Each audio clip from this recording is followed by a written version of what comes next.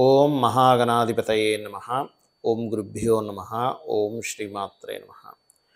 పరమేశ్వర స్వరూపమైనటువంటి జ్యోతిష, వాస్తు మరియు ఇతర అనేకమైనటువంటి శాస్త్రములను మనకు అందించినటువంటి మహర్షులకి నమస్కారం. హయగ్రీవ హయగ్రీవ హయగ్రీవేతి యో వదేత్ తస్య నిస్సరతే వాణి జహ్నుకన్యా ప్రవాహవత్. అరుణాం కరుణాతరంగితాక్షీం ధృతపాశాంకుశపుష్పబాణచాపాం అనిమాదిభిరావృతాం మయూకైః అహమిత్యేవ విభావయే భవానీం. శ్రీమాత్రే నమః. ప్రేక్షకులకి ఆ లలితాంబిక అమ్మవారి యొక్క అనుగ్రహం పరిపూర్ణంగా కలగాలని మనస్ఫూర్తిగా కోరుకుంటూ ఇప్పుడు చెప్పబోయేటువంటి వార ఫలితాలు ఏవైతే ఉన్నాయో 22వ తేదీ నుంచి 28వ తేదీ మధ్యలో, ఇది 2 గ్రహాలకి మధ్యలో ఉండేటువంటి వారంగా చెప్పుకోవాలి దీన్ని. కాబట్టి ఈ వారం చెప్పేటువంటి పరిహారాలు కానివ్వండి, జాగ్రత్తలు కానివ్వండి, చాలా జాగ్రత్తగా పాటించండి. అదేవిధంగా చెప్తుంది నేనైనప్పటికీ కూడా చెప్పేస్తుంది సాక్షాత్ లలిత అమ్మవారిగా భావిస్తూ ముందుగా అసలు గ్రహస్థితి ఏ విధంగా ఉంది అనేటువంటి తెలుసుకుందాం. కుంభంలో వక్రించిన శని, మీనంలో రాహువు, వృషభ రాశిలో గురువు చంద్రుడితో 22వ తేదీ ఉంటున్నాడు. ఈ యొక్క చంద్రుడు కర్కాటక రాశి వరకు సంచారం జరుగుతుంది. అదేవిధంగా మిథున రాశిలో కుజుడు మరియు 22వ తేదీ బుధుడు సింహంలో ఉంటాడు, కానీ 23వ తేదీ రవి కేతువుల దగ్గరికి బుధుడు మారుతాడు. ఇక శుక్రుడు తులారాశిలో ఉన్నాడు. ఈ యొక్క గ్రహస్థితిని అనుసరించి ద్వాదశ లగ్నాల వారికి లగ్నం తెలియనటువంటి వారు రాశి నుంచి చూసుకోవచ్చు. వారికి ఏ విధంగా ఉండబోతుంది, ఏ జాగ్రత్తలు తీసుకోవాలి, ఏ పరిహారాలు చేసుకోవాలి అనేటువంటి విషయాన్ని మనం ఒక్కొక్కటిగా తెలుసుకుందాం. సింహలగ్నము, సింహరాశి. మీకు ఈ గ్రహణం ముఖ్యంగా అష్టమ స్థానంలో చంద్రగ్రహణం కలిగింది. దానివల్ల పెద్ద ఎఫెక్టే ఉండదు. కాకపోతే మీకు 2వ స్థానంలో సూర్యగ్రహణం కలగబోతుంది. కాబట్టి ఫైనాన్షియల్ మ్యాటర్స్ విషయంలో చాలా జాగ్రత్తగా ఉండండి. ఎవరికి డబ్బులు ఇస్తున్నారు, ఏ పర్పస్ మీద ఇస్తున్నారు, వాళ్ళు ఏదైనా మిస్యూజ్ చేసే ఛాన్సెస్ ఉందా, ఇంట్లో వాళ్ళే ఒక్కొక్కసారి ఫైనాన్స్ విషయంలో మీకు చెప్పకుండా ఏదో చేసి తర్వాత అయ్యో ఇలా పోయి అని చెప్పుకోవడం ఇట్లాంటివి వింటారు. కాబట్టి ఈ యొక్క విషయాల పట్ల కాస్త జాగ్రత్తగా ఉండండి, అలర్ట్గా ఉండండి. అలాగే మరొక విషయం ఏంటంటే, ఇక్కడ ఈ 3వ అధిపతి ఎవరైతే శుక్రుడు ఉన్నాడో 3వ స్థానంలో ఉన్నందుకు గతంలో ఏర్పడినటువంటి మిస్అండర్స్టాండింగ్స్ అన్నదమ్ములతో, అక్కచెల్లెలతో, ముఖ్యంగా అక్కచెల్లెలతో క్లియర్ అయ్యేటువంటి ఛాన్సెస్ అధికంగా కనిపిస్తున్నాయి. బట్ ఏదైనా కూడా సూర్యగ్రహణం 2వ స్థానంలో రాబోతుంది కాబట్టి మీకు ఈ ఫైనాన్షియల్ మ్యాటర్స్ విషయంలో మాత్రం చాలా చాలా చాలా కేర్గా ఉండండి. అలాగే కాస్త ఏదైనా గృహము, వాహనము, ముఖ్యంగా ఖాళీ స్థలాలు తీసుకునేటప్పుడు కొంచెం జాగ్రత్తగా ఉండాలి. ఎందుకు అంటే ఈ లాభాధిపతి, చతుర్థాధిపతి లాభంలో ఉన్నాడు, మంచిదే. దానివల్ల కొంతవరకు భూలాభాలు వస్తాయి. కానీ ఈ భూలాభాలకు సంబంధించినటువంటి విషయంలో ఎప్పుడైతే కుజుడు కోణంలో ఉన్నాడో ఈ యొక్క శనికి, ఈ ఇచ్చే క్రమంలో ఇప్పుడు చూడండి, మనం ఎవరికైనా డబ్బులు కడతాము, ఎందుకంటే భూతత్వ రాశులకు వెళ్ళి ఆ రవి కేతువులు ఉంటున్నారు కాబట్టి అది భూతత్వ రాశి. ఎవరికైనా మనీ సరే వాటి రిజిస్ట్రేషన్ చేస్తారు కదా అని మనీ కట్టి దాని తర్వాత వాళ్ళు చేయను అని, లేకపోతే ఇంకోటి ఏదో షరతులు పెట్టి మాకు ఇంకొంచెం ఎక్కువ డబ్బులు కావాలి, ఇట్లాంటివి వస్తుంటాయి. కాబట్టి ఆ పర్సన్స్ ఎట్లాంటి వాళ్ళు ఏంటి అనేటువంటిది కొంచెం చూసుకోండి. అలాగే మరొక విషయం ఏంటంటే, ఇక్కడ గమనించినట్లయితే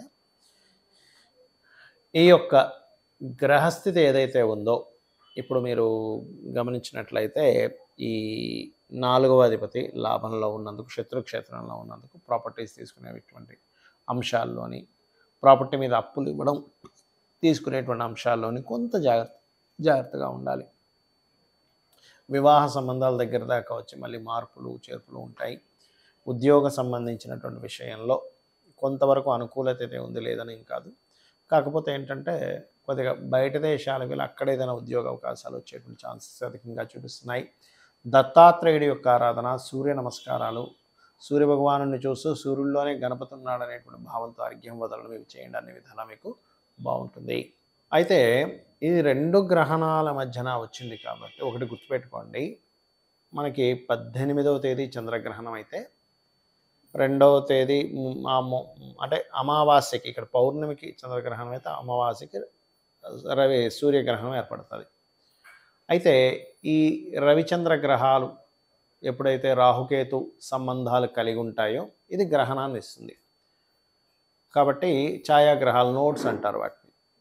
మరి ఈ గ్రహణానికి సంబంధించినటువంటి విషయంలో ఈ వారం ఎటువంటి ఇబ్బంది కలగకుండా ఉండాలి, మనకు అందరికీ హ్యాపీగా ఉండాలి. ఎందుకంటే కొంతమందికి డేట్ ఆఫ్ బర్త్ ఉంటుంది, ఉండదు, వాళ్ళకి రాశి తెలుస్తుంది, తెలియదు, నక్షత్రం తెలుస్తుంది, తెలియదు కొంతమందికి. మరి వాళ్ళందరూ ఏం చేసుకోవాలంటే ముఖ్యంగా గుర్తుపెట్టుకోండి, ఇది ఒక అద్భుతమైన అవకాశంగా భావించండి.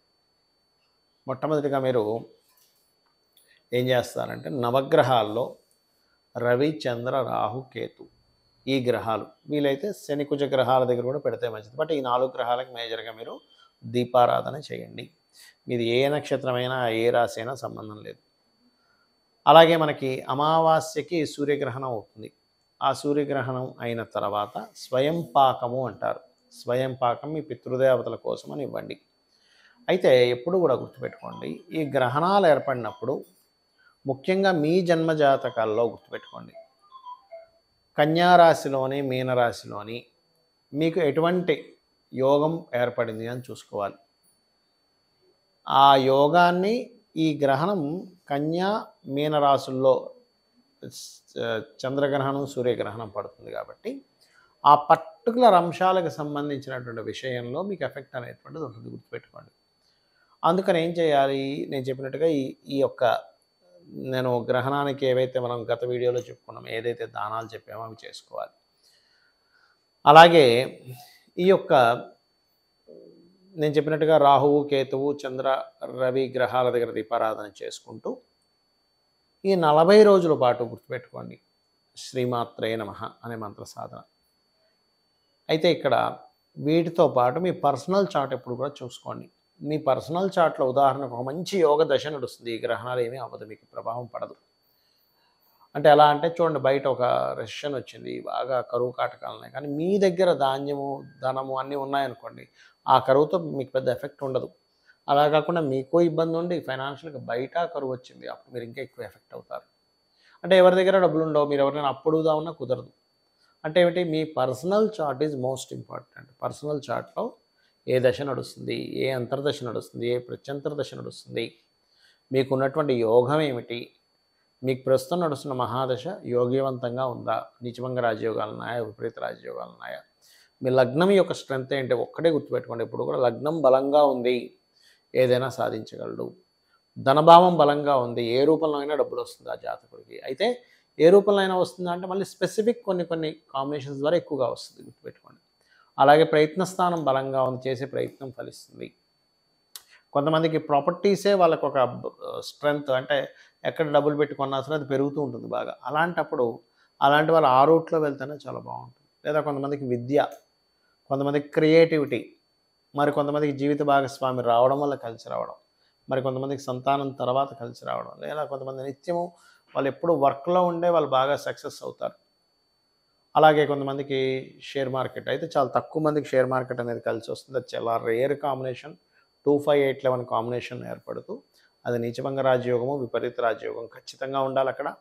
అదేవిధంగా వృత్తా, వ్యాపారమా, ఇన్వెస్ట్మెంట్స్ చేస్తే బాగుంటుందా, ఎప్పుడు చేయాలి, విదేశాలకు వెళ్తే బాగుంటుందా, ఇక్కడ ఉంటే బాగుంటుందా అనేటువంటి అంశాలన్నీ కూడా మీ యొక్క జన్మజాతకంలో నిక్షిప్తమై ఉంటాయి, గుర్తుపెట్టుకోండి.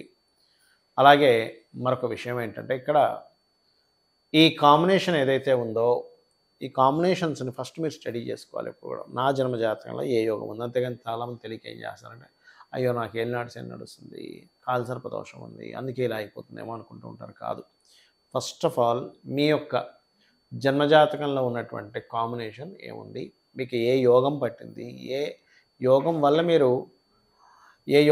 మీరు ఎలాగ మీరు సక్సెస్ అవుతారు అనేటువంటిది చూసుకోవాలి ఎప్పుడు కూడా.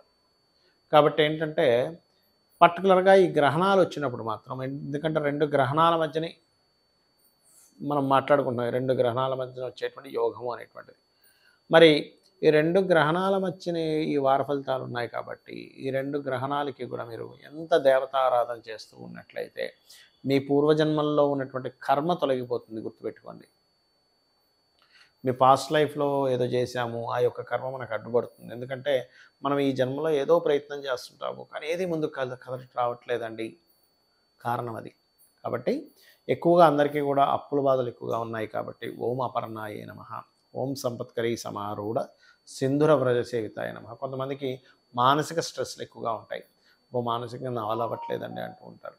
పర్టికులర్గా మీనరాశి వారు మరింత జాగ్రత్తగా ఉండాలి, ఎందుకంటే అక్కడే గ్రహణం పడుతుంది. కన్యారాశి వారికేమో సూర్యగ్రహణం పడుతుంది కాబట్టి వీళ్ళు పర్టికులర్గా భానుమండల మధ్యస్థ భైరవీ భగమాలిని అనే నామాన్ని కన్యారాశి వారు ఎక్కువగా చేయాలి సూర్యగ్రహణ సమయంలో. మీన రాశి వారు ఏంటంటే అష్టమి చంద్ర విభ్రాజ అలికస్థల శోభితాయే నమః లేదా తాటంక యుగలీభూత తపన ఉడుప మండల అనేటువంటి నామస్మరణ మీకు కనుక చేసినట్లయితే ఖచ్చితంగా బాగుంటుంది. ఆ యొక్క అమ్మవారి యొక్క అనుగ్రహం మీకు కలుగుతుంది. శ్రీమాత్రే నమః.